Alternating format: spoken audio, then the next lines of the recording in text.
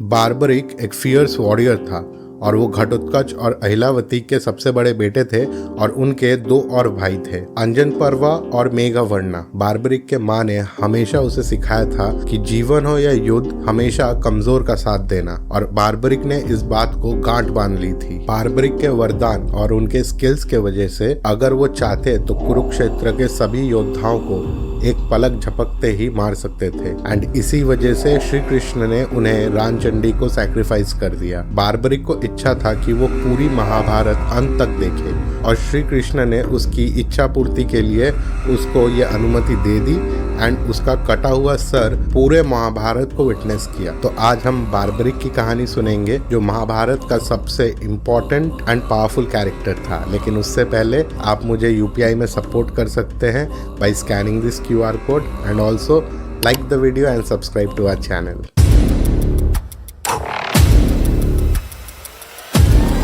Barbaric एक यक्ष था जिसका पुनर्जन्म हुआ था एक ह्यूमन फॉर्म में एंड उनका असली नाम सूर्यवर्चा था। बार्बरिक भीम के पोते एंड घटोत्कच के बेटे थे एंड उनके गुरु खुद श्री कृष्ण थे एंड बार्बरिक महादेव के बहुत बड़े भक्त थे। उन्होंने युद्ध नीति खुद अपने माँ से सीखी थी। तपस्या के माध्यम से उन्होंने तीनों लोक को विजय करने की शमशाली धनुष को प्राप्त किया था। उनके गुरु श्री कृष्ण के आदेश से उन्होंने महादेव की तपस्या की और उनको प्रसन्न किया और वरदान में उनको 3 इनविजिबल एरोज मिली एंड इसीलिए उन्हें 3 बाणधारी भी बोला जाता था और संस्कृत में बाण का मतलब है एरोज। जब कौरव और पांडवों के बीच में लड़ाई होने वाली थी, बार्बरिक ने इस बारे में सुना और उन्होंने युद्ध में शामिल होने का फैसला किया। उन्होंने अपनी माँ से आशीर्वाद लिया और संकल्प किया कि पूरे युद्ध में जो भी कमजोर पक्ष होगा वो उनके तरफ से लड़ेंगे। बार्बरिक अपने नीले घोड़े पे सवार होके 3 एरोज लेके युद्ध भूमि की तरफ बढ़े। रास्ते में कृष्ण एक ब्राह्मण के रूप में आए और बार्बरिक से बात करने लगे। बात करते करते जब कृष्ण को पता चला कि बार्बरिक सिर्फ 3 एरोज लेकर कुरुक्षेत्र के युद्ध में शामिल होना चाहता है, वो हंस पड़े। बार्बरिक ने ब्राह्मण को हंसते देखकर उन्हें समझाया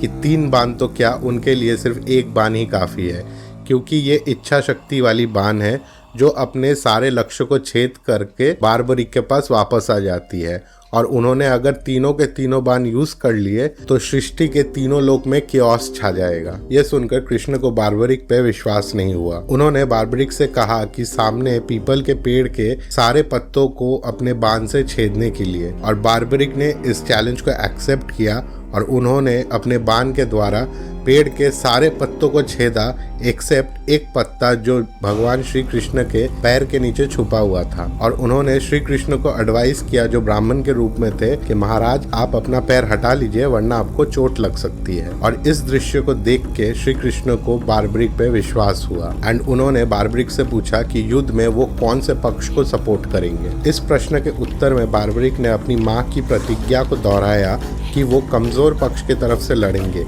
यानी जब एक पक्ष कमजोर होगा युद्ध में वो उनके तरफ से लड़ेंगे, लेकिन जब दूसरा पक्ष कमजोर होने लगेगा वो वापस उस पक्ष के तरफ चले जाएंगे। इस उत्तर को सुनकर श्री कृष्ण निश्चित थे कि अगर बार्बरिक युद्ध में उतरा तो युद्ध कभी खत्म नहीं होगा, क्योंकि वो हर बार जो पक्ष कमजोर होगा उस पक्ष के तरफ से लड़ने लगेगा और अंत में दोनों पक्षों के एक भी योद्धा नहीं बचेगा बार्बरिक के अलावा। ब्राह्मण के भेष में कृष्ण ने बार्बरिक से दान मांगा और वो दान देने के लिए तैयार भी हो गए, लेकिन ब्राह्मण ने दान में उनका सर मांग लिया। ये सुनकर बार्बरिक अचंभे में पड़ गए, लेकिन वो खुद को स्थिर रख के ब्राह्मण से कहा कि आप मुझे अपना असली रूप का दर्शन दें। और भगवान श्री कृष्ण ने बार्बरिक को अपना विराट रूप का दर्शन दिया और उसे समझाया कि कोई भी युद्ध के पवित्र माहौल के लिए एक वीर योद्धा का सर का दान आवश्यक है युद्ध शुरू होने से पहले। उन्होंने बार्बरिक को युद्ध के सबसे वीर योद्धा होने का उपाधि दिया और उनसे उनके सर का दान के लिए अनुरोध किए। बार्बरिक ने भगवान कृष्ण से प्रार्थना की कि उन्हें पूरे महाभारत के युद्ध को देखने का अधिकार दिया जाए एंड भगवान कृष्ण ने उनकी ये इच्छा स्वीकारी एंड फागुन मास के 12वीं दिन पे बार्बरिक ने अपना सर दान में दे दिया। बार्बरिक के सर को कुरुक्षेत्र मैदान के पास के पहाड़ में रख दिया गया, जहाँ से वो पूरा युद्ध देखते रहे। युद्ध खत्म होने के बाद पांडवों के बीच में ये चर्चा शुरू हुई कि इस जीत का श्रेय किसे जाता है। तो भगवान कृष्ण ने कहा कि इस जीत का श्रेय बार्बरिक के सर को जाता है, जो पहाड़ से बैठकर पूरे युद्ध को अंत तक विटनेस किया। एंड श्री कृष्ण के बात से सभी सहमत थे। और तभी बार्बरिक के कटे हुए सर ने बोला कि इस युद्ध में सबसे इम्पोर्टेंट रोल श्री कृष्ण ने निभाया, क्योंकि उनके गाइडेंस, प्रेजेंस एंड स्ट्रैटेजीज के बिना ये जीत संभव नहीं थी। और वो सुदर्शन चक्र के साथ पूरे युद्ध भूमि में सारे शत्रुओं का वध किए हैं। ये सुनकर श्री कृष्ण ने बार्बरिक को आशीर्वाद दिया कि तुम आज से खाटू गांव में खाटू श्याम के नाम से जाने जाओगे और तुम्हारे सर पे मेरी सारी 16 कलाएं रहेंगी और लोग तुम्हें श्री कृष्ण की तरह ही पूजेंगे। तो बार्बरिक जो एक यक्ष था, वो श्री कृष्ण के आशीर्वाद के वजह से पूजा जाने लगा। लेकिन ऐसी ही एक और यक्षिणी है जिसने नीलावंती ग्रंथ को लिखा है। जानने के लिए ये वाली वीडियो देखें। एंड आप मुझे UPI में सपोर्ट कर सकते हैं by scanning this QR code. So this is Soham. Until next time.